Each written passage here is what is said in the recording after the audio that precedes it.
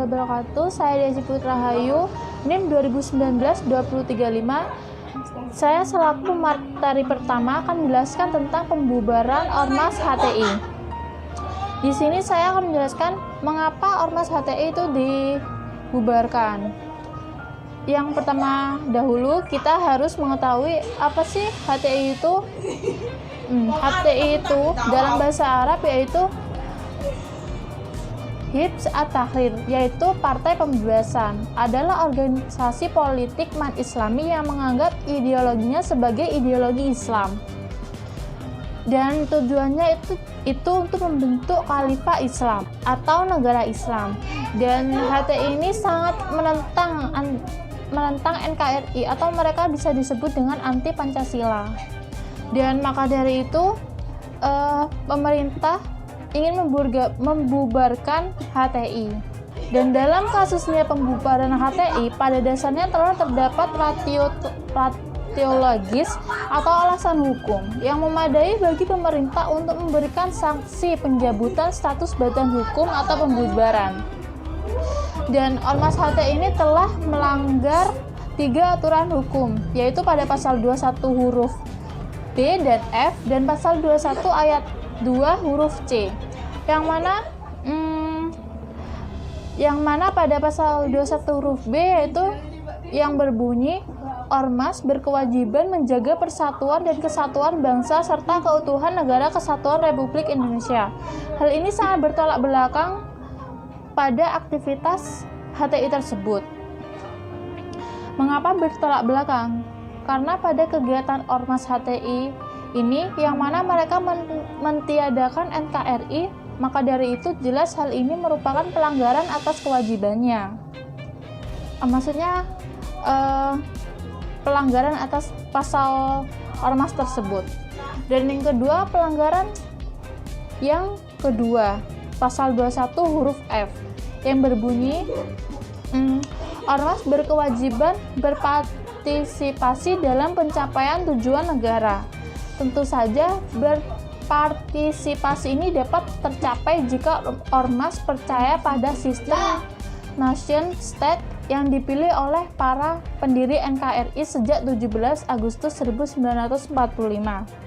Sudah jelas disebutkan di sini bahwa jika kita tidak percaya pada NKRI, maka dari itu apakah kita dapat menjalankan kewajiban berpartisipasi untuk mencapai tujuan NKRI, sedangkan Ormas HTI ini mengganti NKRI dengan yang lain. Dan pelanggaran yang ketiga yaitu pasal 21 ayat 2 huruf C. Di sini yang berbunyi yang mengatur Ormas dilarang melakukan kegiatan separatis yang mengancam kedaulatan NKRI. Di sini bentuk separatisme yang dilakukan oleh Ormas HTI ini yaitu bentuk kampanye di muka umum untuk mengajak orang atau masyarakat mengganti sistem NKRI dan menggantinya dengan sistem lain, yaitu khilafah.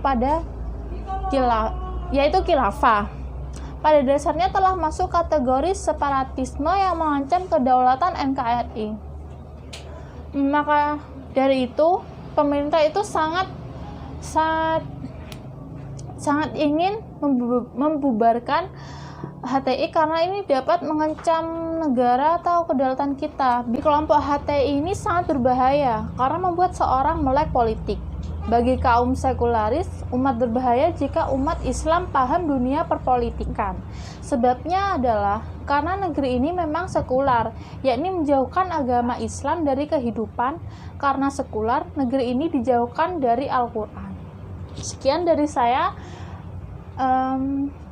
Materi selanjutnya akan dilanjutkan oleh Ali Fandi.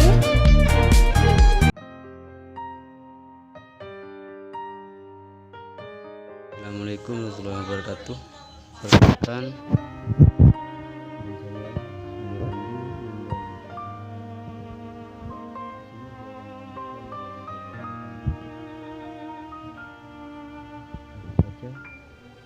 sementara mengenai penggunaan ketentuan pasal 59 ayat 4 yang menyatakan ormas dilarang menganut mengembangkan serta menyebarkan ajaran atau paham yang bertentangan dengan Pancasila.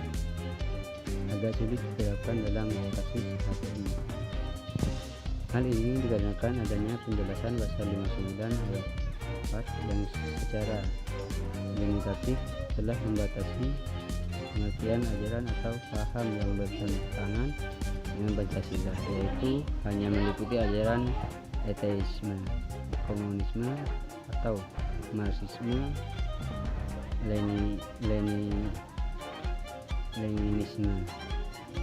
Niat pembubaran ormas dikarenakan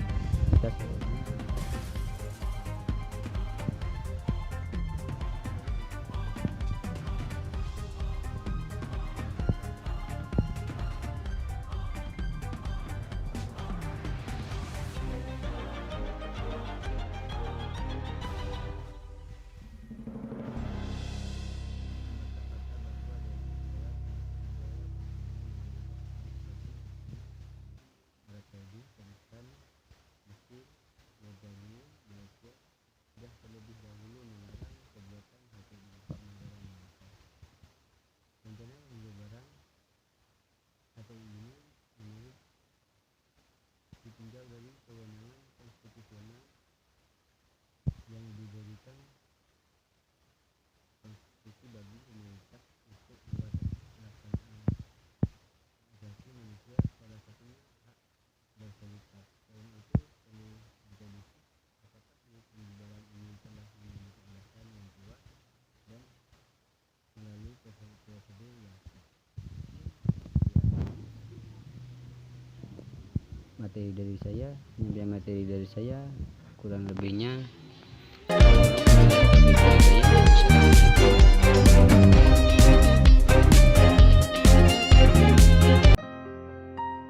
Assalamualaikum warahmatullahi wabarakatuh. Saya Arki Rizky Nugraha, NIM saya S2019-2018. Di sini saya akan melanjutkan penjelasan dari rekan saya, di mana di sini saya akan menjelaskan tentang hak berserikat. Nah, jadi keberadaan ormas merupakan salah satu wujud implementasi hak berserikat, berkumpul dan mengeluarkan pendapat. Selain wujud lainnya seperti partai politik. Namun perlu diingat, meskipun membentukkan ormas dengan dijamin oleh UUD 1945, bukan berarti aktivitasnya bisa sebebas-bebasnya. Jadi tidak bebas aktivitas dari ormas tersebut. Terus aktivitas ormas ini senantiasa terikat kepada pembatasan untuk menghormati hak asasi dan kebebasan orang lain dalam rangka pembatasan untuk menghormati dalam rangka apa ya? Tertib hukum serta menciptakan keadilan dan juga apa ya? Dia intinya menciptakan keadilan dalam kehidupan berbangsa dan bernegara. Selanjutnya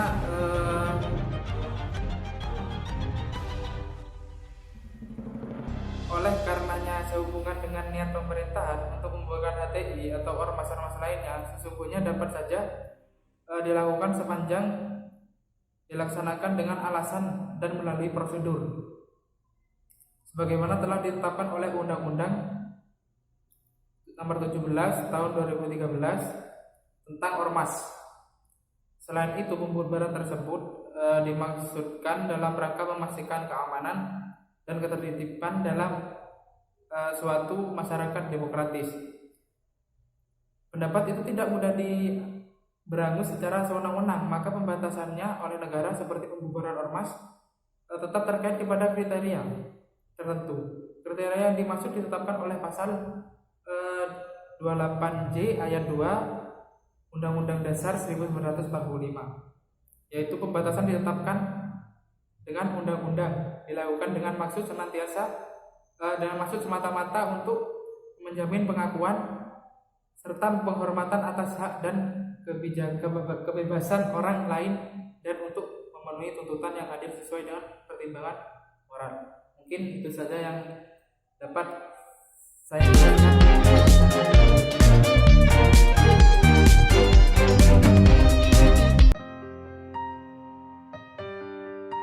Assalamualaikum warahmatullahi wabarakatuh.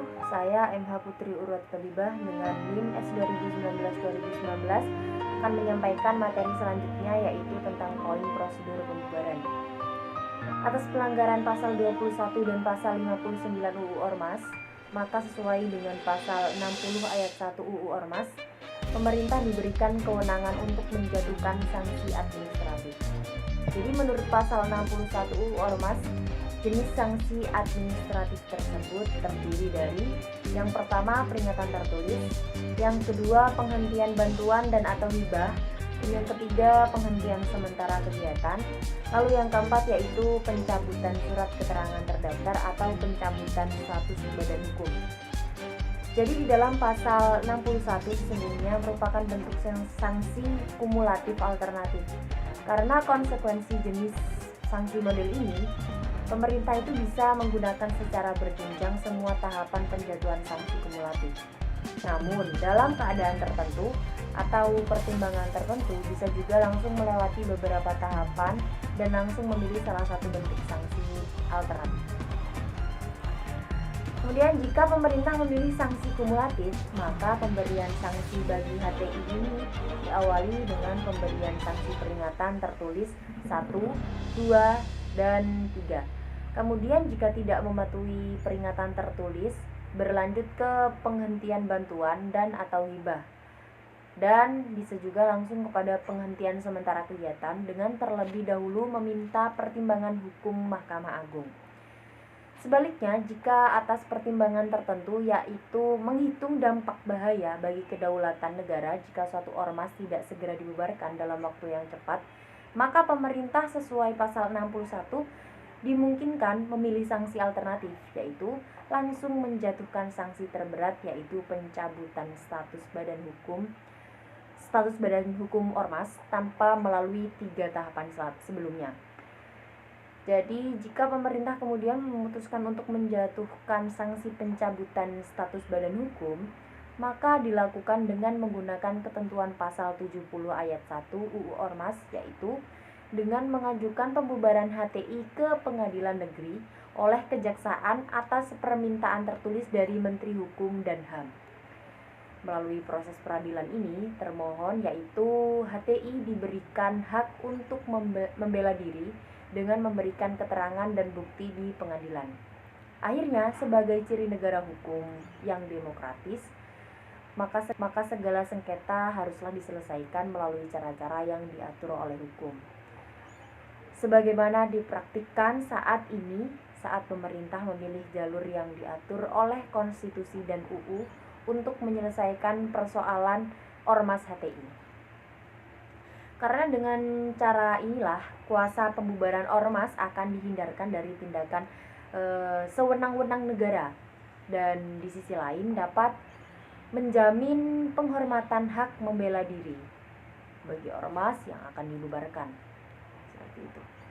Mungkin cukup materi dari saya. Saya selaku materi terakhir mohon maaf apabila ada kesalahan atau salah-salah kata.